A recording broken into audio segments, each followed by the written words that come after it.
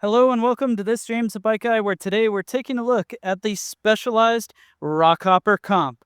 This is one of the top-end versions of their entry-level aluminum hardtail mountain bike, which means it has a lot to live up to, as it's both a affordable way to get into a mountain bike and maybe right at that tier where you start looking at a higher end frame. Well, anyways, we're going to go into the features and designs of this bike. We'll then compare it to its obvious rival, the Trek Marlin 6. And finally, we'll find out exactly what it weighs. So if this kind of thing is interesting to you, stick around and let's check out the Specialized Rockhopper Comp. At the beginning, I was saying that the Rockhopper is a entry-level mountain bike from Specialized. And while that's true, that's kind of like saying, it's the entry-level car, but once you put all the options onto it, it starts getting out of that entry-level price point and into something more. And this Rockhopper falls sort of into that analogy because at the comp level, it's got lots of upgrades like a air suspension RockShox fork up front, a 1x drivetrain from Shimano's Deore, and a lot of focus on making the bike more capable. But coming in at a price point of $949, it's also barking on the door where maybe $300 more. So 30%, if you put it in that type of terms, more, you could be into their next level up bike. And by that, you'd have a totally different frame and you'd start at the higher end frame, but more basic parts on that bike. So anyways, it falls into this kind of interesting category, which is what makes it a unique bike for me to check out. Now, this bike being their aluminum frame, it's out of their A1 butted aluminum. What butting means is basically in a tubing shape like this. Butting means that there's going to be thick and thin spots. They can vary the tubing wall thickness. So say in the center, it's not unusual for that to be a bit thinner than say what you'd get down at the welds. And that allows them to both tune the ride quality of the bike, but also allow them to shed some weight without removing strength. Now, other things to mention on this, up front, we're going to have internal cable routing, and potentially a hot take would be that this is a straight steerer, not a tapered steerer. That means that limitations as far as upgrading to nicer forks are going to exist, but in the setup that it is, that's really not a drawback if you're going to keep the bike stock. Out back, we do have the capability of running a rack on the back. You've got, of course, quick release and disc brakes. And, well, again, something a little funky is a mount for a kickstand. Now, you might be asking yourself, why would a mountain bike like this have rack and kickstand mounts and say that straight steerer and quick releases, which are all things that might be thought of as not coming on a true mountain bike?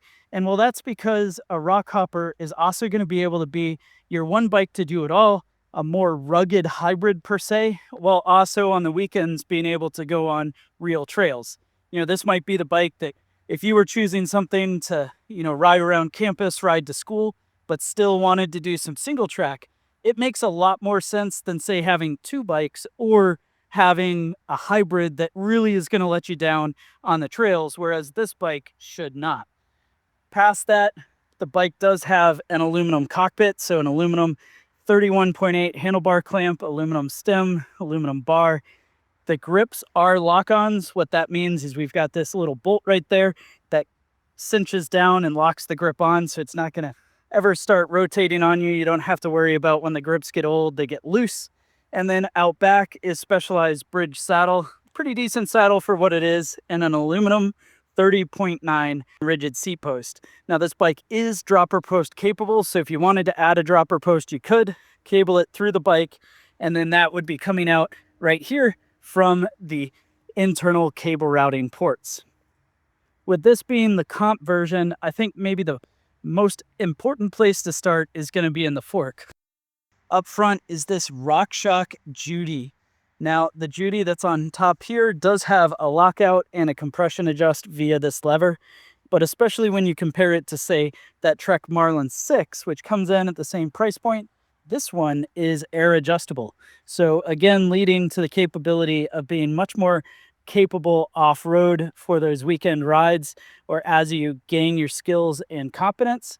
That being air adjustable means we're going to be able to adjust the spring rate, making the bike more supportive and customized for you, while also having, of course, a rebound adjust so you can change how fast and how slow the rebound of the fork comes back. Tire clearance on this RockShox Judy is 29 by 2.6 inches. And that does make me want to bring up that this bike is the 29er version. Specialized sells a Rockhopper in a 27.5 in most sizes as well, so you can choose what wheel size that you want to check out. And out back, tire clearance is a 29 by 2.35, so a little bit tighter tire clearance out back. You could argue whether or not you wanted more tire clearance. I suspect most people won't, but 29 by 2.6 up front sure would be nice if that was out back too. And then the drivetrain of this bike comes in with an 11 to 46 tooth Sunrace cassette. So that 11 to 46 teeth gives a pretty wide range, being operated through Shimano's Deore 10-speed rear derailleur. So this rear derailleur does have a clutch, which you can disengage and engage. And what that does is that tightens up the cage of the derailleur so that it doesn't swing forward, making the chain run into your chainstay, which helps keep things quieter, although it does have this rubber attachment on top to help things be quiet. But with a clutched rear derailleur, you also run into the challenge of it's harder to get the wheel in and out. So you can turn that clutch off. The cage now moves pretty freely, easy to take the wheel off, flip it back on when it's time to ride. Up front is a Stout crankset. Stout is sort of an in-house brand for Specialized. They use it both on here as well as the wheels, which are tubeless-ready and 25 millimeters wide, are Stout wheels as well. But here we've got a threaded bottom bracket into that aluminum frame. Now, interestingly, on those tubeless-ready wheels, the tires that come with this bike are not. So that's a place where you might want to upgrade in the future if you want to pull your tubes out, convert this to be tubeless. That's something you can do, but it's going to require both purchasing tubeless tape, a set of tubeless valves, and a set of tubeless tires as well. Now, when you compare this to, say, the Trek Marlin 6, things get, a little muddy between the two bikes, and I'll tell you why. The Marlin 6 also has a retail price of $949, so the same price point, but up front, it's running a coil spring fork instead of the air adjustable fork on this one. Both are RockShox Judys, but the Specialized gets the nod for the nicer fork. The other place that changes is both of them are running Shimano drivetrains, but your Trek is going to have the newer generation Qs versus Deore. And essentially what that means is it's got a slightly wider gear range with an 11 to 48 out back. But when you look at the wheel sets, the Trek also is tubeless capable, doesn't come with tubeless-ready tires just like the Specialized, but the Specialized has 25 millimeter wide rims instead of 23 millimeter wide rims, which it's a small difference, but it does make for a nicer wheel set on the Specialized once you set it up tubeless, having more support for those tires.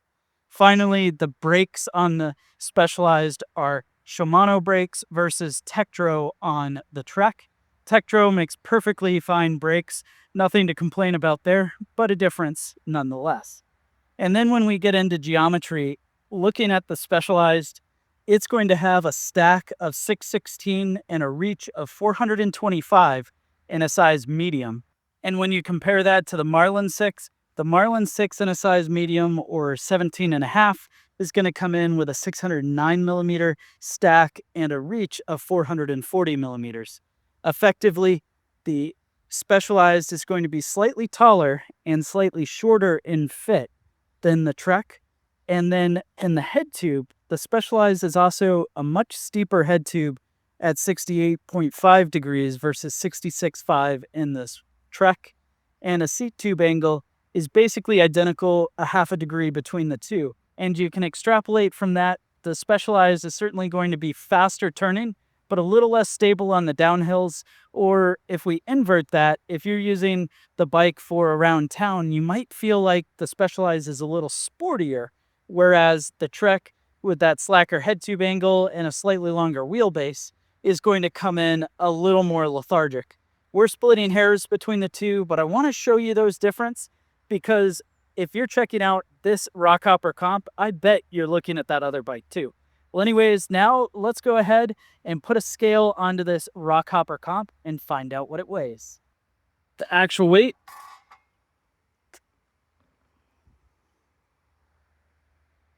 The actual weight of the Specialized Rockhopper Comp in a size large is going to come in and weigh 29.58 pounds. Thanks for joining me to check out the Specialized Rockhopper Comp.